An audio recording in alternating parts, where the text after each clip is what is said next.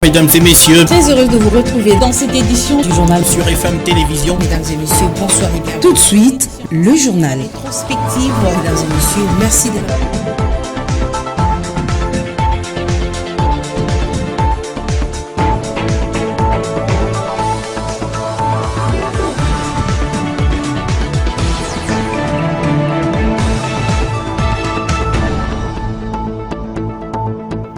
Réel plaisir de vous retrouver ce soir dans les cadres de cette édition du journal sur la FM Télévision, une édition consacrée également à la rétrospective de la semaine. Mesdames, Messieurs, bonsoir. On va ouvrir ce journal avec la marche de l'opposition congolaise organisée ce samedi dans la capitale.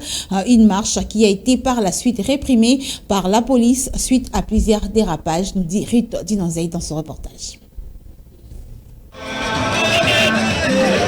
Malgré l'autorisation accordée par le gouverneur de la ville de Kinshasa à l'opposition de tenir la marche de ce samedi, cette dernière a fait le point après cette manifestation. Elle accuse le gouverneur de Kinshasa d'avoir utilisé la police pour empêcher les opposants à marcher. La vie chère, l'insécurité et les processus électoraux chaotiques, voilà les différentes revendications brandies par ces opposants. Dans un pays où il y a une constitution, où il y a des lois de la République, et que quelqu'un se mette au-dessus et de la constitution, ça n'existe pas. Rappelons que parallèlement, une autre marche a été organisée par les jeunes du parti au pouvoir. Cette autre manifestation a aussi été autorisée par le gouverneur de la ville de Kinshasa sur l'avenue de l'université. Sur le lieu, une colonne des partisans au pouvoir a été aperçue. Net toza awa, toye na marche ya jeunesse et UDPS. Ngamoko, le responsable numéro 1, il y a Ligue de jeunes, il y a UDPS, il y a Moamba, Dr Boni Kalonga. Toye Mobondo, pour toya ko soutenir ba FRDC, pour toya ko soutenir le chef de l'État, pour toya ko soutenir ba institution ya mboka na biso, et puis toya bisa batyo surtout que élection kozala. Ces jeunes du pouvoir en place ont manifesté leur engouement à l'appel lancé par le présidium de la jeunesse du parti au pouvoir. Rappelons qu'après cette manifestation, l'hôtel de ville de Kinshasa a fait savoir qu'il y a eu plusieurs actes de vandalisme des services publics, notamment des commissariats de la police, des bureaux des quartiers ont été posés dans la commune d'Engaba. De leur côté, ces opposants ont affirmé qu'ils vont maintenir la pression sur le pouvoir en place. Ils ont annoncé l'organisation d'un sit-in devant le bureau de la CENI pour la semaine prochaine. Réagissant de son côté, l'ancien Premier ministre Augustin Matata Ponyo parle d'un régime dictatorial à décrier. On l'écoute au micro de Torres Satibou.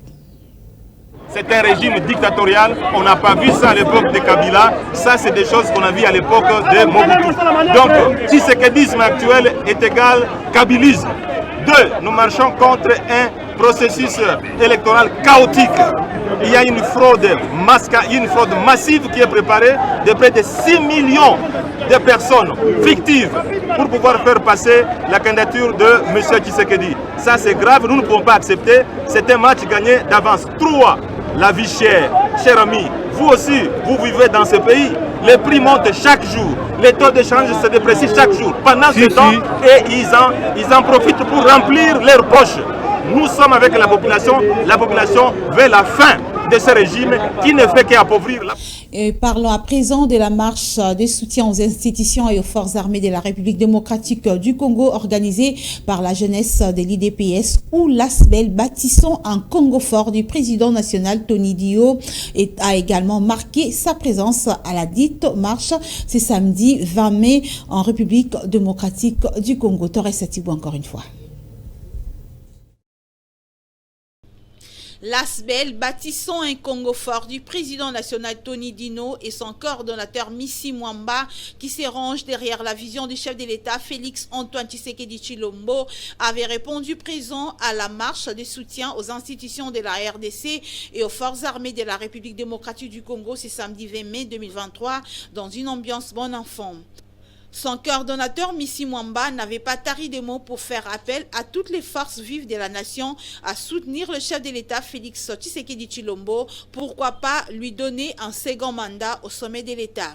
Petit béton doit avancer to évoluer to kende liboso po to ba susu ko zwana 2023 oyo deuxième mandat na biso. En tout cas, merci vraiment à Menge na mamunyoso. Missi Mwamba a par ailleurs balayé d'un revers de la main tous les préjugés d'une probable volonté de nuire à la marche de l'opposition, comme d'aucuns les laissaient entendre. Déjà avant, biso tozaki liboso ba kende pas gouverner batuna. Biso to côté déjà lettre na biso avant ya bangonde na sima. To sepela il est le jeunesse mobimba. Ya union sacrée to bima na nzela, ko mambuno se beka koleka malamu. Tolete pona jour na bango pe to moni pe bango la nzela te. Ata mutu moko ya bango to mutira lo mona bango te. Il s'y est de noter que cette marche organisée par la Ligue de jeunes de l'UDPS avait pour point de départ le rond-point Ngaba en passant par la route université qui relie les communes de Makala, Ngaba, Kalamou et Limete, et le point de chute était la première rue Limete. Et puis lutte contre le phénomène Kuluna dans le district de la Funa, la deuxième vague des incendies qui sème la terreur dans la commune de Bandalungwa a été présentée hier vendredi au général Carl Lewis Kinzuma, commandant du district de la Funa. C'était en présence de l'autorité municipale de Bandalungwa, Alphonse Ndoufoula. Détail dans ce reportage. Ils se croyaient être des petits rois vivant dans un pays propre à l'heure où la loi n'existe pas. Tombés dans les filets des éléments de la police du commissariat urbain de la Funa, dirigé par le général Carl Lewis Kinzumba, ces inciviques tentent de s'innocenter pour nier le fait retenu à leur charge. Nasuka, mon général, Todalina Ekiri, superstar de Kitambo. Ba oyo ba utaki na Kitambo pona ko oyo ba yaki muninga na bango akufaki. Po ba bundisa bana ya Bandal. Bien qu'ayant l'apparence des enfants bien éduqués, sachez que ce sont des véritables hors-la-loi qui sèment la terreur dans la commune de Bandalungwa, a dit le maire de cette municipalité qui, tout en saluant la collaboration et l'implication du commandant du district de la Funa, soutient que ces malfrats opèrent sans pardon. On a essayé de faire un travail de titan. Je crois il y a 2 semaines passées, la commune de Bandalungwa était en turbulence. Donc, on cherchait comment atterrir, mais c'était difficile pour nous. Mais grâce à ces 2 dames, colonel Marie et major Hortense, on a essayé de travailler durement, nuit et jour, avec les maigres moyens, l'appui du général Carl Lewis. On a essayé de maîtriser ces délinquants de grands chemins. Mais ce n'était pas facile. C'était pas facile, on a essayé de travailler vraiment durement. Pour le moment, Bandal, la situation est un peu calme, mais on est toujours là, les yeux ouverts. Le patron de la commune de Bandalungwa, Alphonse Ndoufoula, a tout de même évoqué certaines difficultés d'ordre logistique qui les empêchent à mieux faire leur travail. Parce que, bon, les récalcitrants, on ne sait rien dire. Il n'a qu'à continuer leur chemin. La police va faire les leurs aussi. On ne se fatigue pas. On est là. Le général Carl Lewis est là. Il nous appuie toujours, jour et nuit. Si on appelle, il nous envoie les éléments, l'appui. On est en train de travailler pour traquer un peu ces gens ici. Mais on va continuer de travailler. On va continuer. Si jamais on nous dote encore, parce que moi je suis en train de demander toujours la logistique. On a besoin vraiment de la logistique. À Bandal, on n'a pas de moyens des fois. J'utilise ma Jeep pour aller traquer. Parce que c'est la honte. La première personnalité de Bandal, je suis là, mais on me dit, bah, on a coupé quelqu'un le soir, on a arraché ceci, c'est humiliant pour moi. Mais Dieu nous a fait grâce, on a travaillé et on a les résultats qui est là. La force, l'endurance et les stratégies de travail, rien ne manque aux éléments du général Carl Lewis Kinzumba pour taire définitivement les phénomènes Kuluna dans les districts de la Funa, car ils en sont capables et dynamiques, a-t-il dit. Le seul problème qui fâche, c'est la routine dans l'arrestation de mêmes personnes qui sont libérées les jours suivants et enfin reprendre avec les mêmes bêtises. À la place, le numéro 1 du district de la Funa propose que les cas de flagrance puissent être traités avec beaucoup de sérieux. Tesika noso événement ya Kuluna ezali Molière TV ezanga te ezala même FM TV na bande ko ya direct Lingala Facile RTNC, nous sommes bités à un problème. Je vais vous expliquer ça, Lélo. Vis-à-vis à officiers du ministère public. Sur le terrain, il y a la bagarre, il y a la confrontation entre deux quartiers. Quand la police va descendre, c'est une bagarre entre deux groupes. Avec des preuves, de blessures, de machettes. Là, il n'y a pas de plaignants. La police est saisie directement d'office dans les criminels. C'est la police qui se fait maintenant, c'est l'État qui se fait maintenant plaignant vis-à-vis il y a malfrats. Mais souvent auprès de l'officier du ministère public, ça crée problème.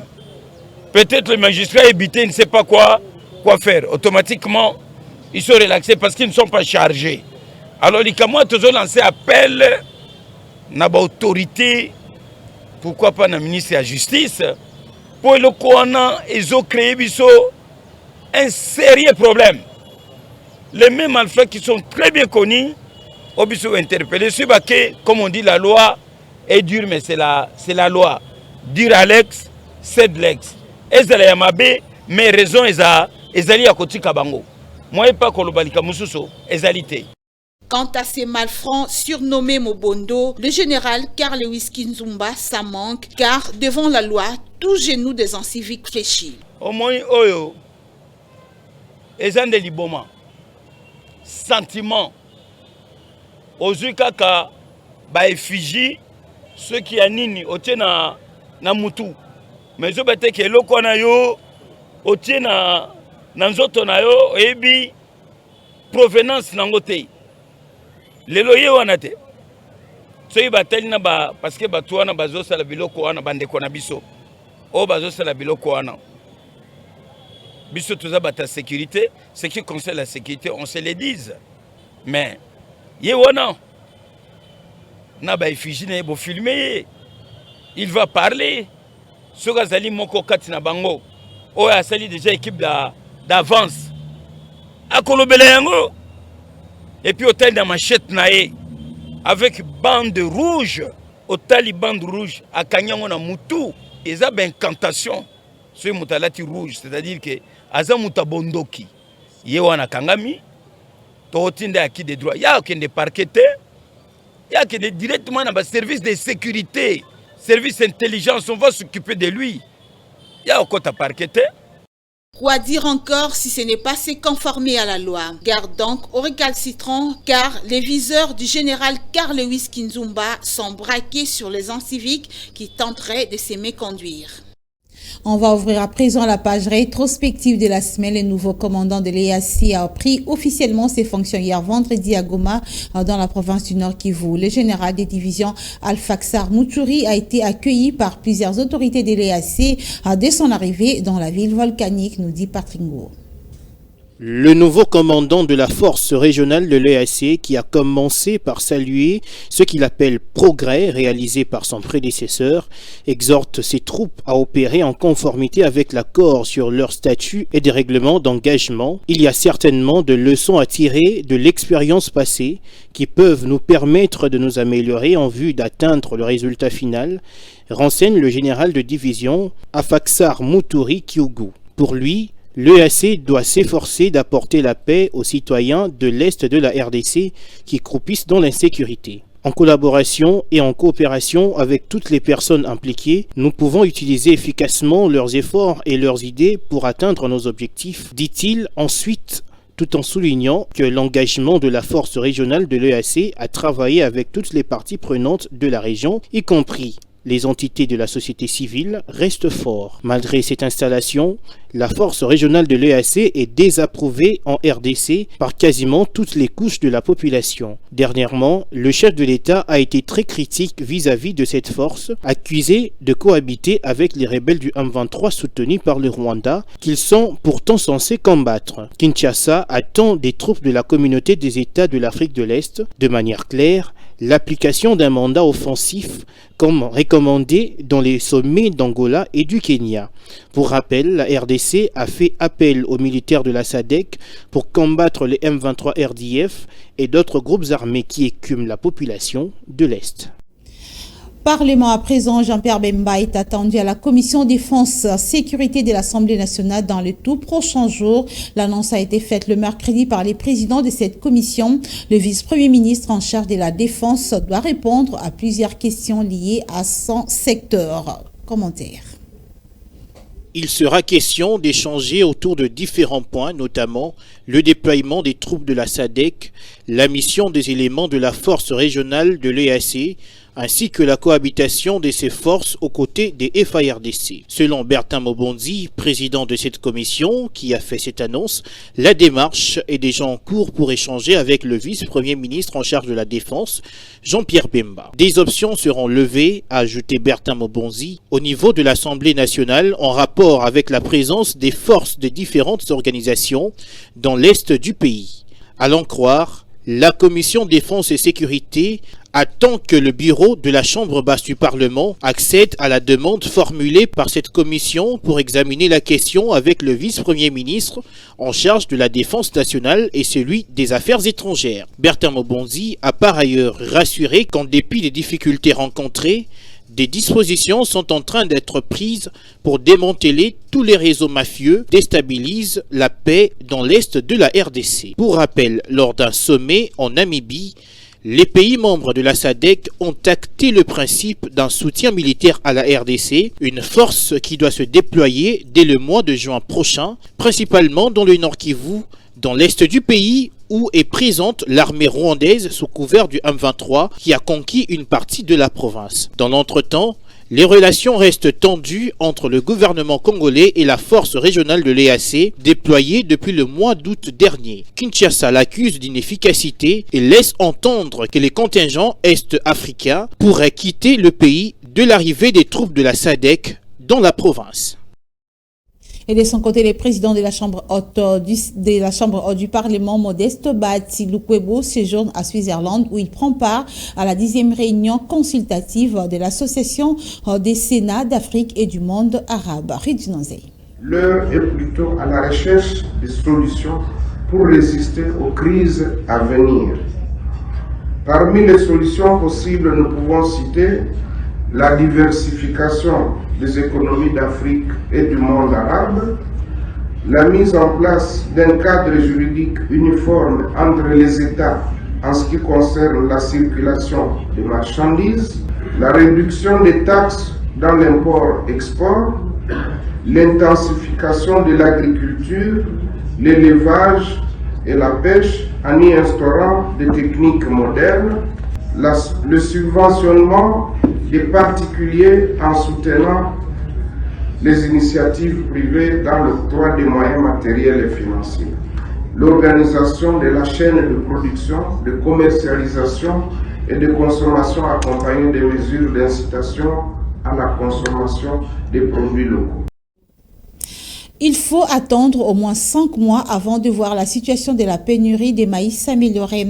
Affirmation faite par Vital Kamere et le sujet était au cours d'un briefing de presse animé lundi par le porte-parole du gouvernement et son collègue de l'économie. Alain Goma, Patrick Ngouo nous en parle. Le vice-premier ministre en charge de l'économie s'est voulu très transparent comme l'eau de roche en ce qui concerne la stratégie du gouvernement pour résorber la crise du maïs dans les Katanga et au Kasaï. Vital Kamere trace un chemin qui peut durer au moins 5 mois avant de voir cette pénurie être résolue ou atténuée.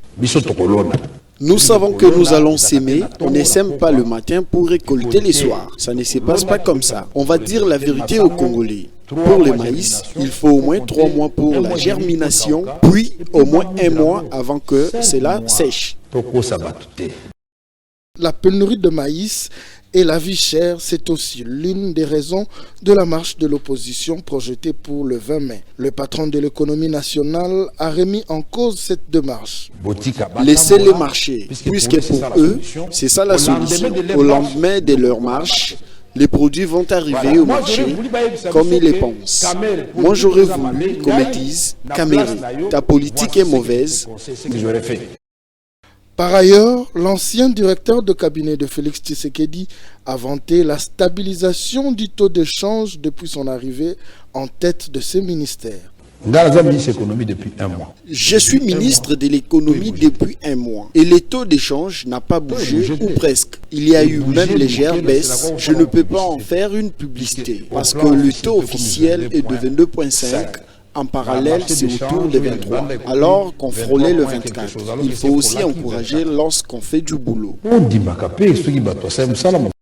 En ce qui concerne la crise de maïs, il faut dire que le gouvernement congolais avait choisi de miser sur les producteurs locaux. En attendant, la main reste tendue vers l'étranger. Autre chose à présent, l'Institut géographique du Congo veut officialiser ses relations avec l'entreprise russe Roscosmos dans les domaines spatial. Voilà les mobiles de l'audience que le ministre de la Recherche scientifique et innovation technologique a accordé à la première secrétaire de l'ambassade russe en RDC et le directeur général de l'IGC. On en parle avec Annie Akole. Décidément, l'Institut géographique du Congo veut monter en puissance en se reliant à la plus grande entreprise de l'État russe dénommée Roscosmos, œuvrant dans le secteur de l'espace. Un rapprochement qui sera amplement bénéfique à la RDC. Mais seulement, pas moyen d'entamer le partenariat proprement dit sans tenir informé le ministre de la Recherche scientifique et innovation technologique, le Dr Gilbert Kabanda, ministre des tutelles, comme l'a reconnu la première secrétaire de l'ambassade de la Russie en RDC. L'Institut géographique du Congo est intéressé d'entrer en contact et ils sont déjà en contact avec l'établissement étatique russe qui s'appelle Roscosmos. C'est une agence spatiale russe et pour faciliter cette coopération, je suis venue parler avec le ministre parce que c'est le ministère du tutelle de l'IGC. Pour sa part, le directeur général de l'Institut géographique du Congo a sollicité l'implication du patron de la recherche scientifique pour un aboutissement heureux de ces projets aussi importants pour le pays. Nous sommes confiants parce que c'est la procédure, ce que l'autorité du tutelle nous a dit, c'est passe dans d'autres, partout c'est comme ça. C'est-à-dire la première étape, c'est à nous, l'établissement, de venir informer l'autorité par rapport à ce que nous avons eu à faire. C'est maintenant au niveau de l'autorité de pouvoir informer la hiérarchie ou bien le gouvernement de s'en saisir un peu de la situation pour normaliser tout ce qui se passe.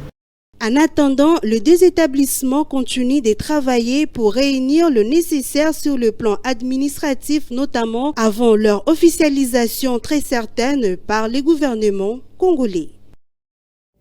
Et les épreuves hors session des examens d'État se sont clôturées le lundi 15 mai sur toute l'étendue du territoire national.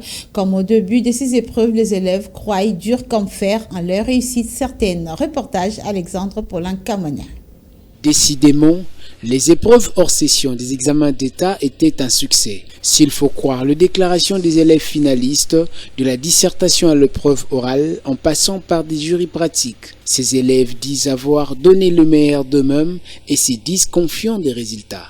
L'examen d'aujourd'hui s'est très bien déroulé, on nous a donné les inscriptions et tout s'est passé dans le calme.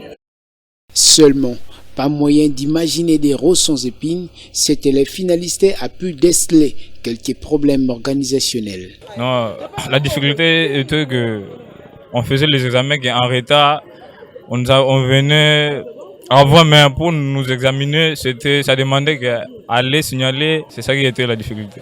Les portes des examens hors session se ferment. Celles de la session ordinaire, appelée communément 4 jours, vont s'ouvrir déjà le 26. Pour nous examiner, ça demandait qu'aller signaler, c'est ça qui était la difficulté. Les portes des examens hors session se ferment. Celles de la session ordinaire, appelée communément... La difficulté était qu'on faisait les examens en retard, on venait avant même pour nous examiner, ça demandait qu'aller signaler, c'est ça qui était la difficulté. Les portes des examens hors session se ferment. Celles de la session ordinaire, appelée communément 4 jours, vont s'ouvrir déjà le 26. juin prochain. 17 mai 1997, 17 mai 2023, 26 ans après la journée dédiée aux forces armées de la République démocratique du Congo et marque l'histoire congolaise par l'entrée à Kinshasa des troupes de l'AFDEL. Comment les choses se sont déroulées en cette date-là? Ruth Dinonzei nous rafraîchit la mémoire. La journée du 17 mai 1997 était toute particulière à Kinshasa. Les troupes de M. Laurent Désiré Kabila, dénommées les Kadogo, ont fait leur entrée triomphale à Kinshasa sous les ovations de la population. Dès les petites heures du matin, ces troupes de l'AFDEL, constituées des éléments appelés Kadogo, formés en majorité par des militaires mineurs dont l'âge varie entre 12 et 16 ans, ont fait leur entrée triomphale avec des bandeaux sur la tête. La population zaïroise de l'époque ne pouvait qu'acclamer car fatiguée du joug dictatorial et appauvrie par le régime finissant du mouvement populaire de la Révolution. Depuis Lubumbashi, Laurent Désiré Kabila s'était déjà autoproclamé président de la République démocratique du Congo. Toute la partie Est et Centre étant déjà libérée en plus de la province du Congo central. 24 heures avant, soit le 16 mai 1997, le maréchal Mobutu, président de la République du Zaïre, a quitté Kinshasa en catastrophe, accompagné de ses fidèles, dont certains ont traversé le fleuve Congo pour se réfugier au Congo-Brazzaville. Rappelons que ces troupes de l'AFDEL étaient constituées des militaires rwandais, ougandais et burundais venus en appui aux militaires zaïrois recrutés par le feu président Laurent Désiré Kabila, alors en maquis dans la partie est de la RDC. Rappelons qu'aujourd'hui, cette date du 17 mai est muée à la journée des forces armées de la RDC. Cette date est passée en 2023 dans la méditation totale, le pays étant agressé par l'armée rwandaise sous les labels du M23. En religion, avant de nous séparer, l'église saniérienne du Saint-Esprit a organisé un grand culte d'action des grâces le mercredi 17 mai, à date consacrée à la commémoration du 59e anniversaire de la mort du prophète sanière Raphaël Anavel Songanzi Latulanda, décédé le 17 mai 1964. Ce grand culte, organisé pour la circonstance au terrain municipal de Massina, a connu la présence remarquée du chef de la confession religieuse des églises autochtones traditionnelles Bangunza PV à Longo, Mangele Sulubasa, qui appelle les Sahériens à l'amour et à l'unité. Ruth Dinonzei.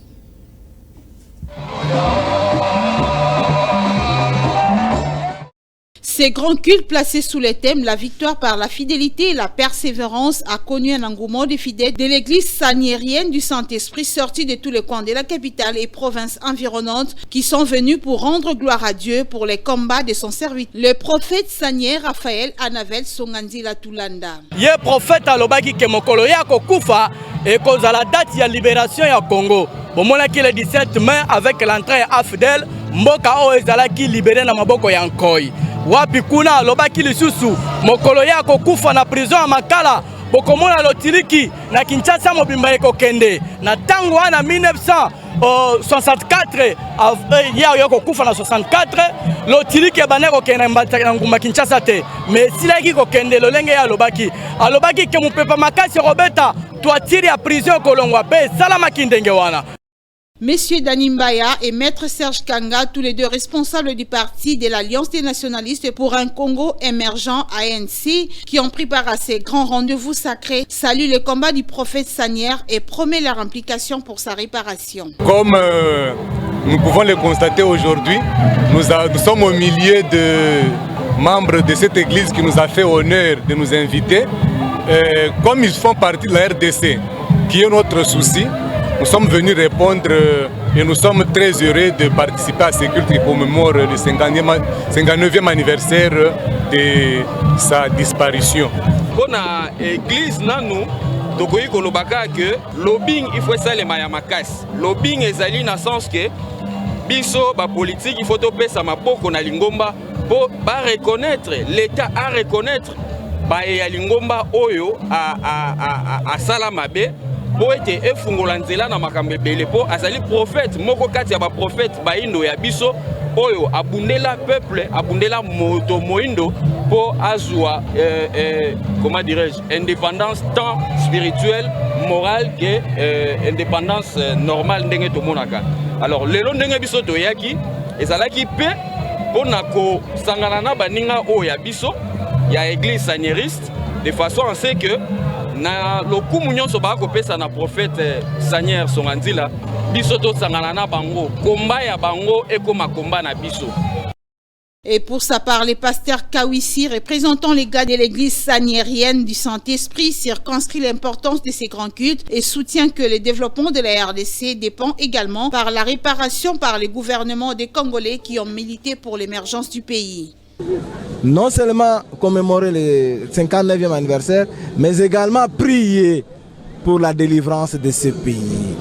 Le président de la République tient un jour à réhabiliter notre prophète. Le chef suprême, président général et représentant légal de la confession religieuse des églises autochtones traditionnelles Bangunzan PV Alongo, Mangele Silubasa, a saisi l'occasion pour appeler les fidèles de l'église sahérienne du Saint-Esprit à l'unité et à l'amour.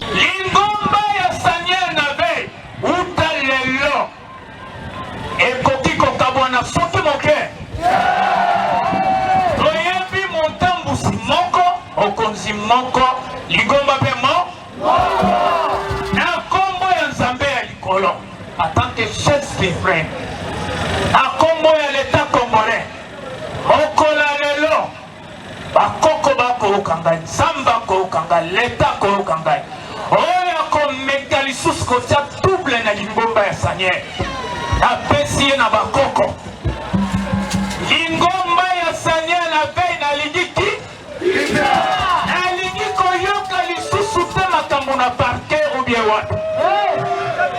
ordonnance présidentielle loi 004 pessimisson d'Ingisa ya veiller na l'église ya ba communauté nyonso.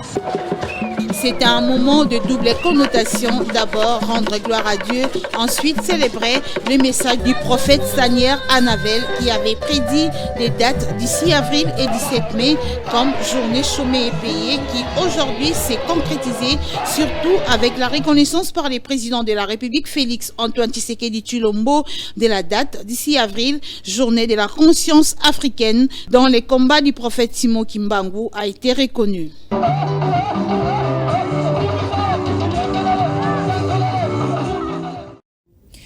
Et voilà, mesdames et messieurs, c'est par ici que nous mettons un terme à cette édition du journal consacrée à la rétrospective de la semaine. Merci de nous avoir suivis. On se retrouve prochainement.